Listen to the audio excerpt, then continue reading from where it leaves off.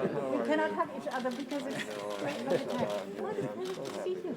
How are you? It's been a while. Last time in Davos. Thank you.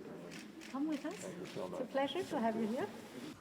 A very warm welcome, my dear John, to the College of Commissioner.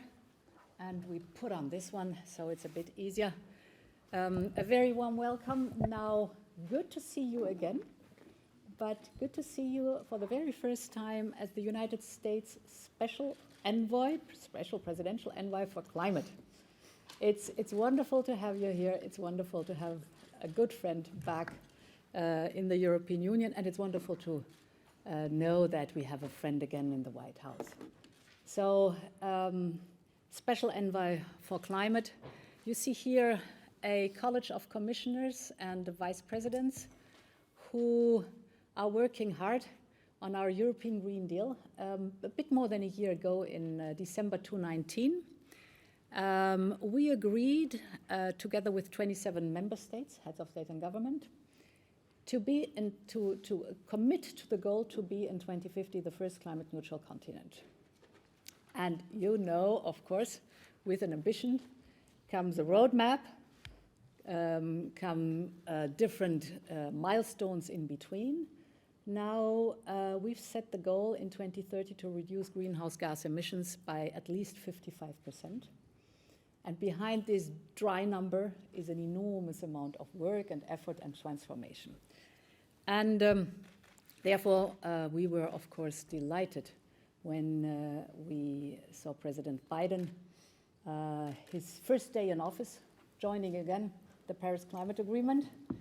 And last Friday, I had the pleasure and the honor to have a phone call with President Biden, and it was music to my ear to hear the way he described to me how the United States are moving towards the common goal to become climate neutral, and to put it in a frame where I am convinced, and this college is convinced, that's the right way to go.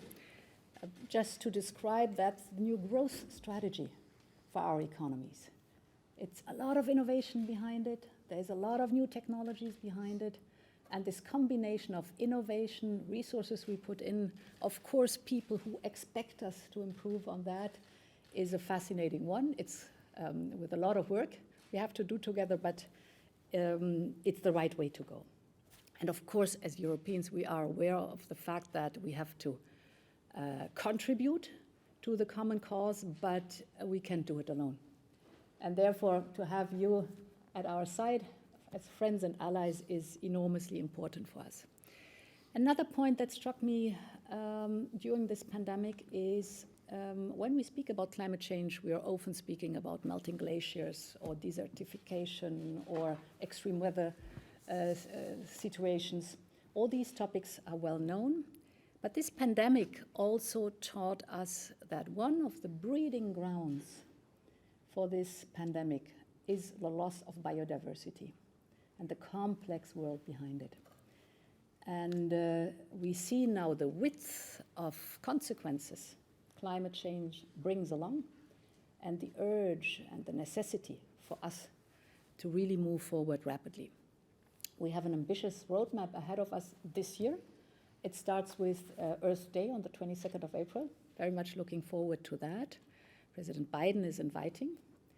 And of course, then the roadmap towards Glasgow in November of this year.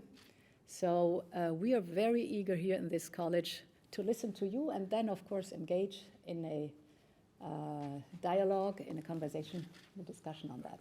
So a very warm welcome again.